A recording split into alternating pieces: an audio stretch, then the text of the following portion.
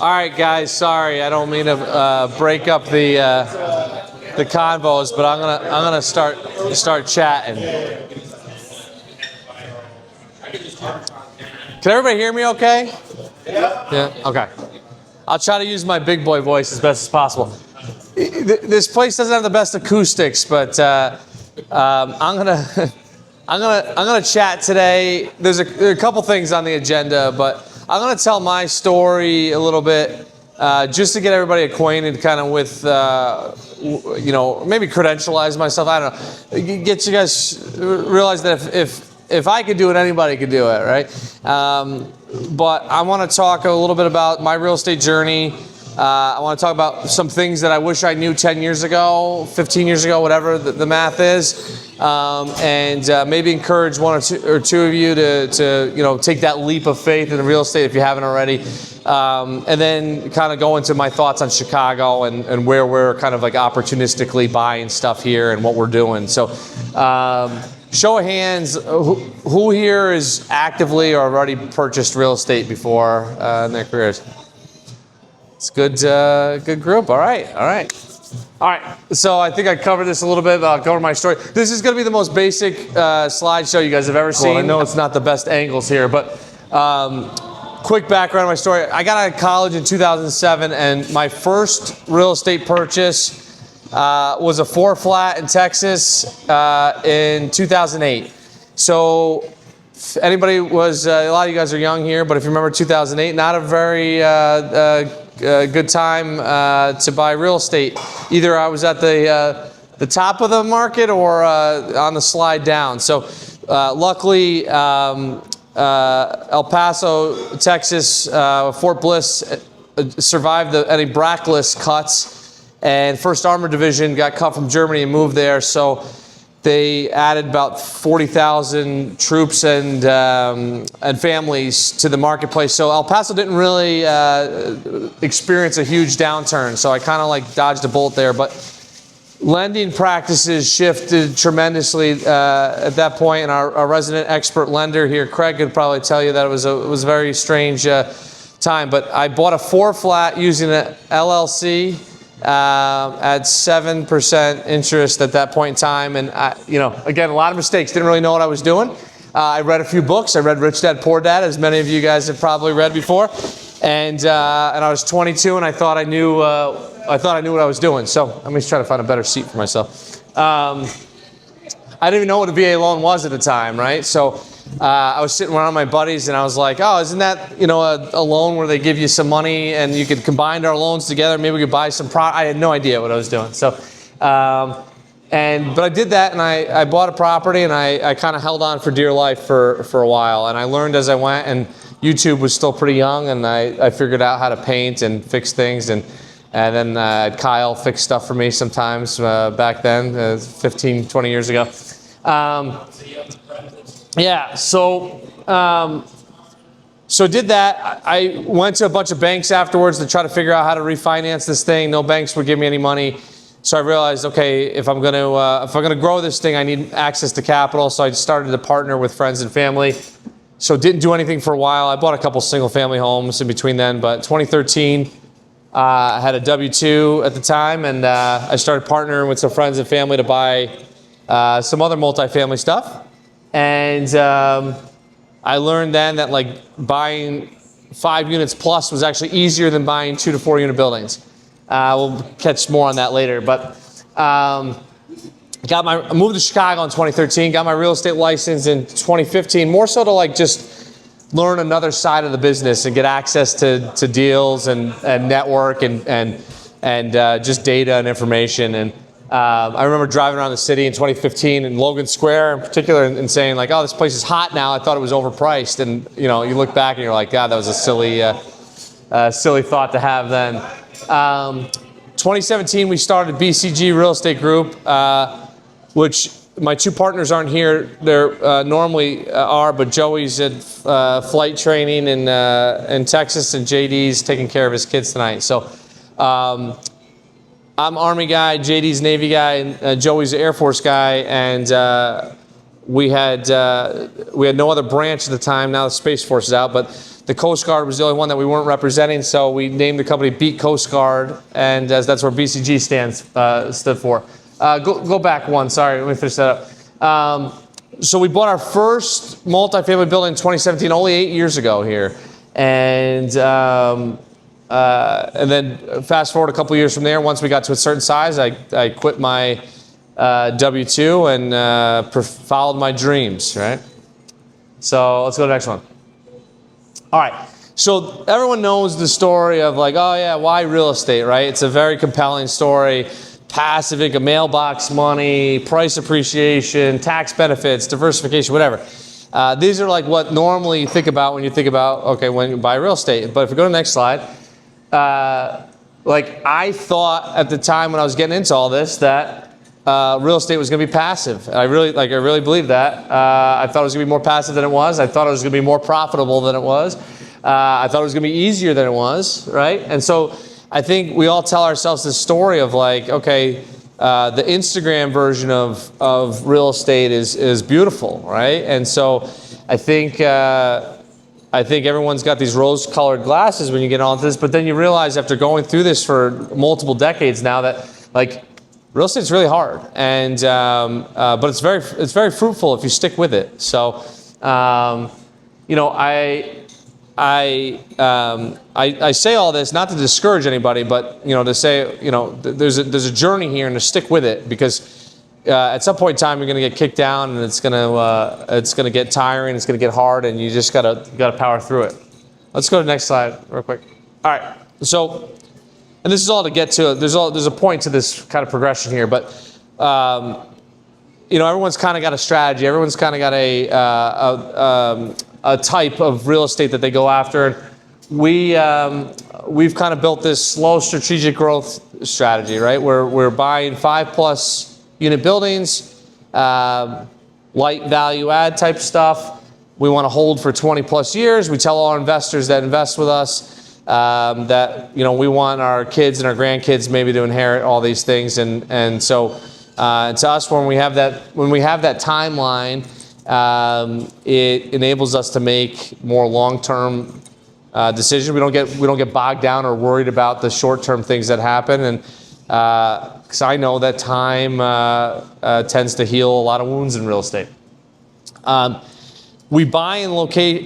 For years I chased a lot of shiny objects. I have properties in like 13 different states. And a lot of it was just bullshit, like shiny object syndrome, where a friend was buying something in Jacksonville, Florida. I own a funeral home in Jacksonville, Florida,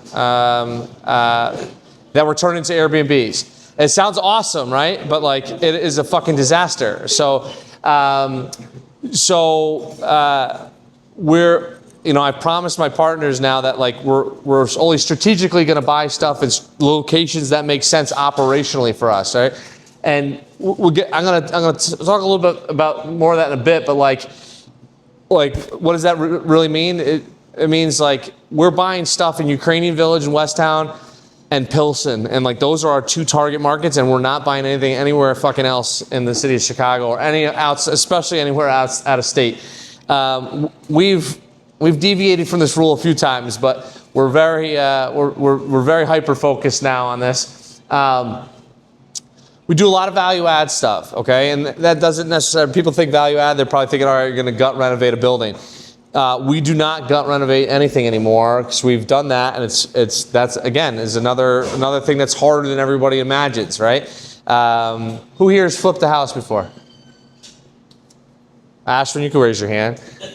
Successful or not? I mean, and we're talking about bigger buildings. This stuff is like a full-time job. Like you try to renovate an entire building, and you want to do it like while also running a brokerage, or also running a property management company, while also trying to find other buildings to buy and raising a family. Fucking possible. It's not easy unless you're really gifted at this stuff. So now our strategy is like, we'll find a building that's mismanaged with under market rents, maybe doesn't have ACs but has furnaces, right? And we'll just bolt on condensers on the roof and strap some coils in, and like add another $50 to $100 a month in rent per unit, you know? So yeah, value add could come in a lot of stuff. Oh, adding laundry in the basement, adding parking spaces, internet as a service. We do a lot of that now. My partner JD could talk your ear off about internet as a service. I don't love it that much, but it works. Yeah, that's the hard part though. We talk about cost dollar averaging. So like, we're trying to buy 3, 4, or 5 deals a year, right? Not every deal is going to be a home run. Not every deal is going to be a double, but we like to hit base hits, and we buy when interest rates are high. We buy when interest rates are low. And we buy when they're in the middle. We buy when prices are high. We buy when prices are low, and we buy when prices are in the middle. It doesn't necessarily change our underlying fundamentals of what we're buying, but we're not going to stop buying just because the market conditions aren't perfect. And base hits, right? Like, the dream is the home run. We've hit 1 home run in my 15 plus years of doing this, and it was an accident. And most home runs are, okay? So like, they're not going to present themselves, right? They're usually made too, right? They're not like they're not on paper. We got very lucky. And so anyone that wants to hit home runs, like, this is not really the game for it. There are not many out there anymore, and again, they're made and they're not necessarily found. So we like the small ball. All right, next slide. All right, so this is some of the good stuff. I'll talk about this top one a little bit more on another slide, but like, with real estate, eventually you run out of your own money, right? You have a finite amount of money to your name. You have a finite amount of money that you could potentially make. Maybe it's an infinite amount of money that you could potentially make, but without debt, you're not going to grow or scale in this business. It's almost impossible. And there's really only two ways, in my opinion, to scale in this. And I'll hit on those here in a minute, but team is everything, right? And I think we've seen on countless occasions scenarios that like either we got ourselves into or I got my clients into because we had access to people, we had access to information that other people didn't have access to, right? So who you work with matters, who's your lender matters, who your attorney matters, who your broker matters. So spend as much time as you can like building those relationships, coming to things like this and trying to find the experts in each individual field. I'm like a ready, fire, aim guy, right? And like I don't really like follow instructions well. So I always say doing is greater than learning, right? Like I spent a little time early on in college, and I was just like read every book. And Bigger Pockets wasn't really around yet, but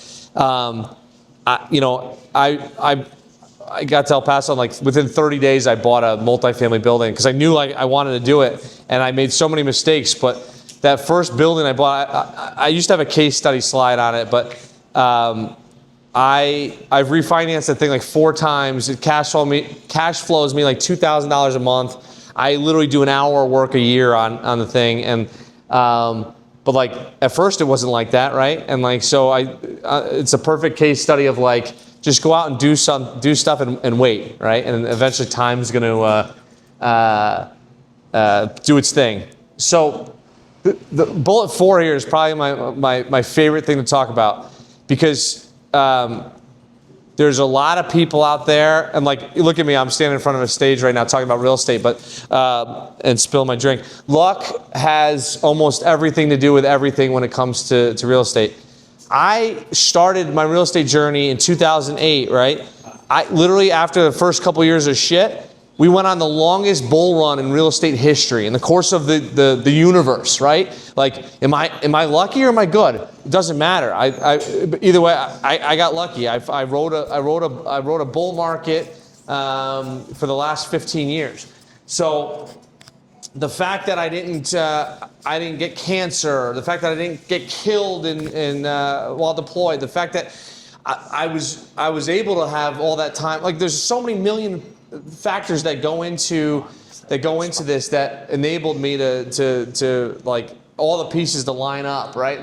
There's so many factors, but luck has a tremendous amount of if I ran out of money in 2012 or 2011 or any of those times and I had to sell that property, I would have never continued this journey, right? So there's so many things that like play into this. And for people to get on stage and say that they're successful just because they're good is bullshit, right? Luck has a big timing. There's a lot of factors that play into it, but luck has a huge part of it. So again, real estate's not passive, and there are passive ways to get into real estate, right? You can invest with BCG Real Estate Group, and we'll get you a nice 10% plus return on your money over the course of time, and you won't have to lift a finger. But if you want to get into this full time and like get your hands dirty with it, there's nothing passive about it whatsoever.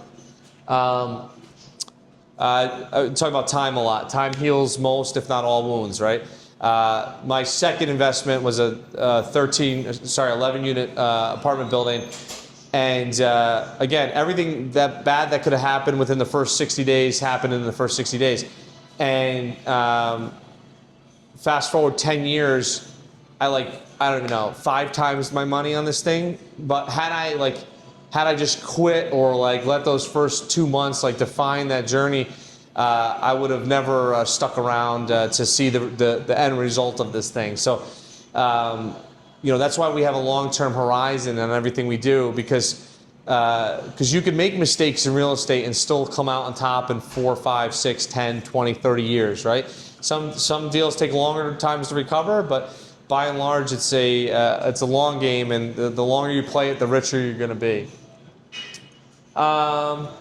Yeah, this next one kind of goes hand in hand. Don't let short-term problems get in the way of the long-term vision, right? So, it's important to just like figure out a plan when the going gets tough, and just stick with it, see it through, and just don't stop, don't quit. I've been lucky enough to have a lot of different partners in my life. I've had some not so good partners, but it's important. It's just like a marriage, right? A business partnership is very important to be aligned to goals. I had another group I was partners with in Cleveland, and there were 6 of us at one point in time. That's a lot of people to be partners with, right? And literally, not one of us had the same vision on how we saw the world. And sometimes things change, right? And then half the guys in the group ended up having kids and needed money and cashed out. And luckily, I had cash and bought people out. And now I own these properties in Cleveland, and I got no partners, And so things work out in a funny way. But if you're going to partner with folks, like, you got to be brutally honest with each other. You have to have the same goals, the same end state vision, and hopefully they work out. And even sometimes you have all those things and they don't work out. So just be careful on who you partner with. Your network. Said again, your team matters, your network matters. We get access to stuff first, because we've closed deals before. So brokers come to us when they have cool shit to sell, right? And so that stuff might not make it to the open public because we got there first. Everything takes longer and costs more than you think it does, right? Every rehab I ever did went over budget. Every single one of them. Every single one.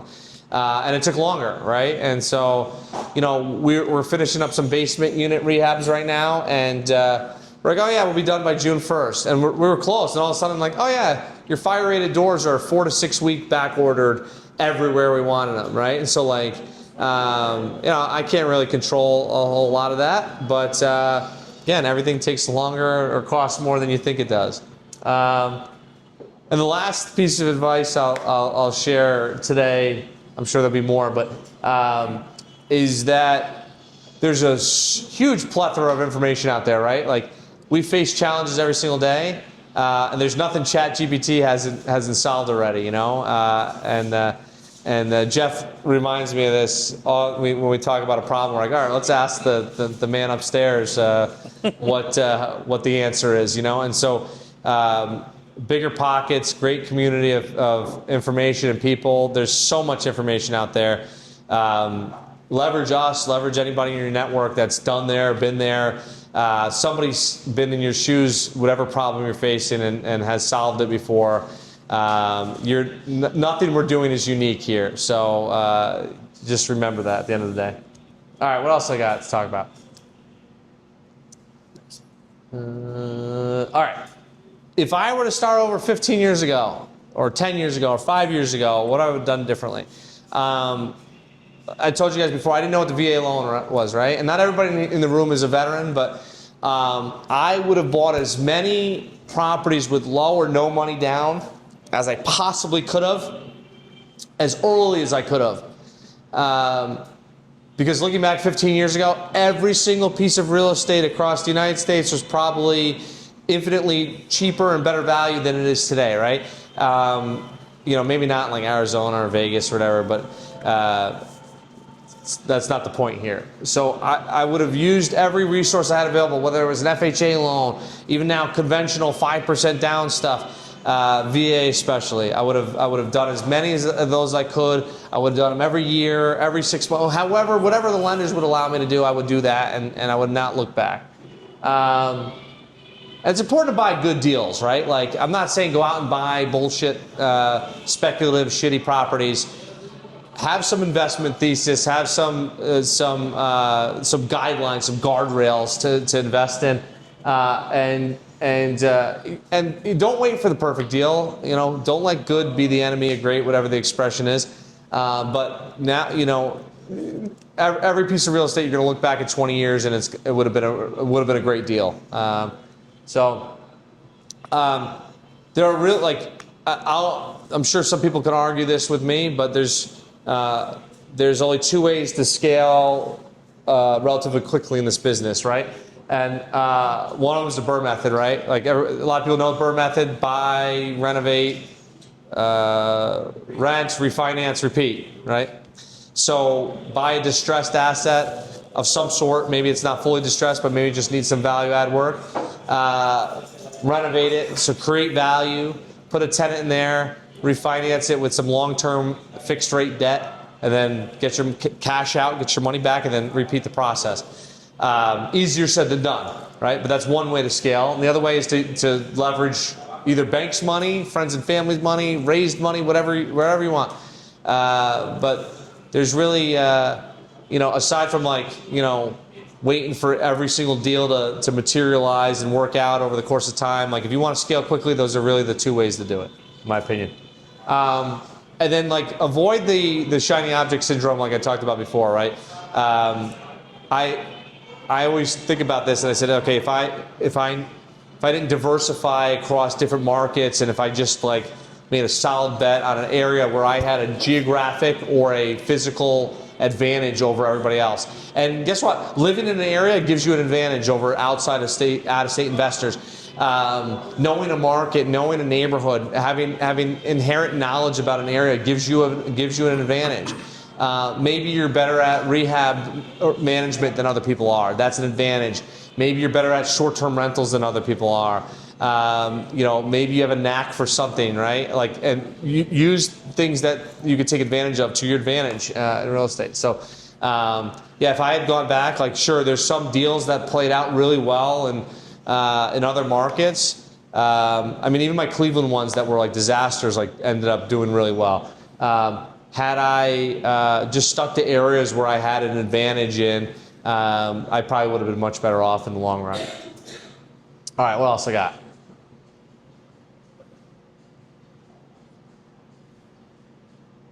All right, I'm gonna give you guys my 2 cents on the Chicago market, right? And like, remember, this is my perspective. I'm a broker, right? I help people buy and sell real estate. This is a lot of generic things up here, but I'll kind of layer on some specifics. There are more real estate investors now than there ever been in the history of real estate. End of story, right? You know, 5 years ago, nobody knew what the term house hacking meant, right? Now it's like a staple. Buy a 3-unit building, live in 1 unit, rent the others out, right? It's becoming more and more commonplace. There's more and more people doing it. And so what does that mean? That means that competition in the 2 to 4 unit space is high. We play in the 5 to 20 unit space typically, me and my partners. And what's on the MLS right now? There are no good deals on the MLS right now. I will tell you that everything's overpriced. I have a 12 unit on the market right now, and it is overpriced. It's not mine. I'm helping, but everybody thinks that their babies are prettier than they are. And so, if you want to, find good deals, sometimes it means going off market. But off market means a lot of things these days. There are just as many eyes on some of the off market stuff as there are on the on market stuff, right? Especially if you're a flipper. Wholesalers have just as big of a buyer's list as the MLS probably commands. So just be careful on who you're working with off market. What I mean by when I say most inventory held by off market sources, in the 5 to 20 unit space, there's like 4 dominant players in Chicago.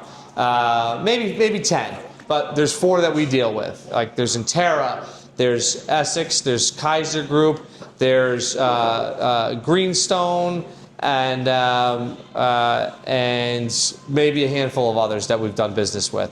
And there's some great people in those groups. And you got your CBREs and your Marcus and Millichaps and those folks. They like to control the deals. So unless you're on their lists or know people that are working there, you're typically not going to get access to those deals. I help clients sometimes buy some of their stuff, and I've built up a relationship because we've bought stuff from them, and so they trust that I'm going to get a deal done if I'm bringing a buyer there. And this is not a pitch to necessarily use me to help you buy a multifamily deal. But if you want to get access to the stuff that's not on the MLS, sometimes you have to even if you met these people or got on their list, it doesn't mean they're going to know at all who you are, and if you have, that you have any credibility that you're going to close a deal before, right? So again, who you work with matters, who you know matters. I just said that. Yeah, who you know, 10,000, 100,000% matters. There is a clear path of progress in multiple directions throughout the city, right? I'm going to name a few things here, but 5, 7, 8 years ago, we didn't want to invest west of Western Avenue, okay? Then we found a deal at like 2438 so-and-so block. I'm like, okay, we'll go a little west of Western. Then we found something at 2600 block. Then we found something at California that looked interesting. What are we seeing here? This is a path of progress. Higher rents in Noble Square, higher rents in Ukrainian Village, pushing tenants out, good quality tenants into West Town, and then West Town into East Humboldt Park, and East Humboldt Park into West Humboldt Park, right? So over time, people get priced out of neighborhoods and work their way in different directions. And so I always say it's important to not be the first person into an area or the last person into an area, right? You want to be somewhere in the middle. So it's important to kind of keep a good pulse on like where rents are headed, right? And that's like that's a hard thing to figure out sometimes, right? Because there aren't really like good sources of like actual rent data. Sure, you have Zillow that you can look at, right? And see what rents are posted at, but Zillow doesn't make you post what you actually rented a unit at for, right?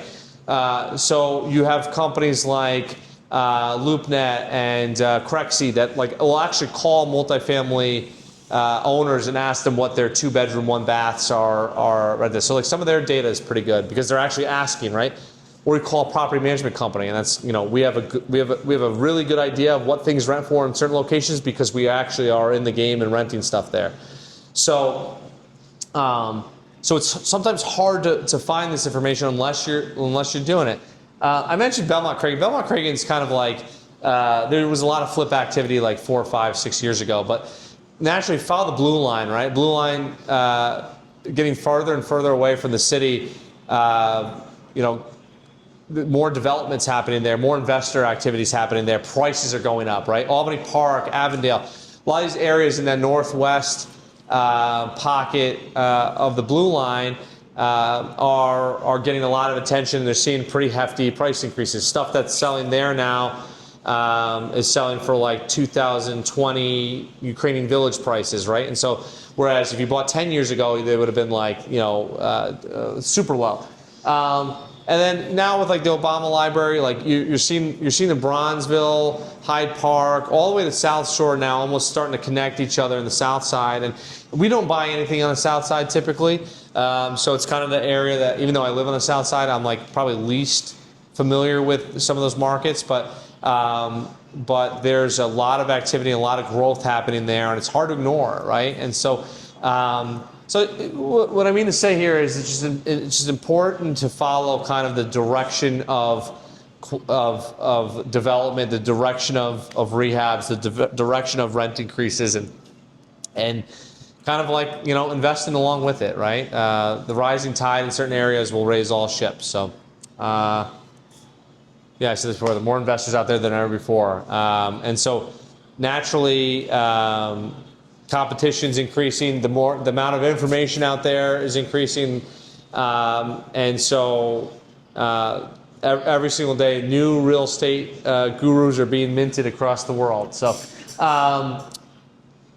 there's one other thing I wanted to talk about. I think this is my last slide. Do I have anything else, Ashman, after this? Yeah. So nothing earth-shattering here, guys, right? Like, I wanted to take a few minutes and like just kind of like, first off, if I could do it, anybody could do it, right? Like, I'm not anything special. I am not. I wasn't born into a real estate family. I didn't have $1 million after college. My starting pay as a second lieutenant when I got out into the Army was like $38,000 a year. So I wasn't making a ton of money.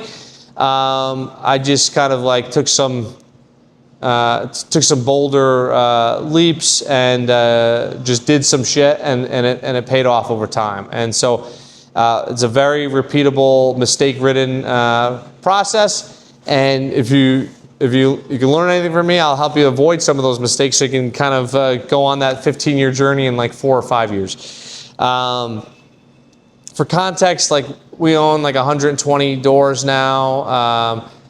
We have commercial buildings, we have retail, we have everything residential under the sun, Airbnbs, midterm rentals, you name it, we've kind of done it before. So if anybody has any questions on kind of any asset types, we've not bought anything bigger than a 14 unit, so that's our largest asset. So we're not the 50 unit plus guys, and I know a lot of people that are doing that and are doing well with it, but it's just not where we play nice with, or play well with, or fit in with. But it's my story, guys. I love some Q&A. You guys can ask me anything. I'm a pretty open book. And even if you want to wait till afterwards and grab a drink and pick, ask me some questions. And most of our team is here right now too, right? And so we run a property management company, so we do third-party management for folks. Not even a shameless plug, but just to credentialize ourselves a little bit.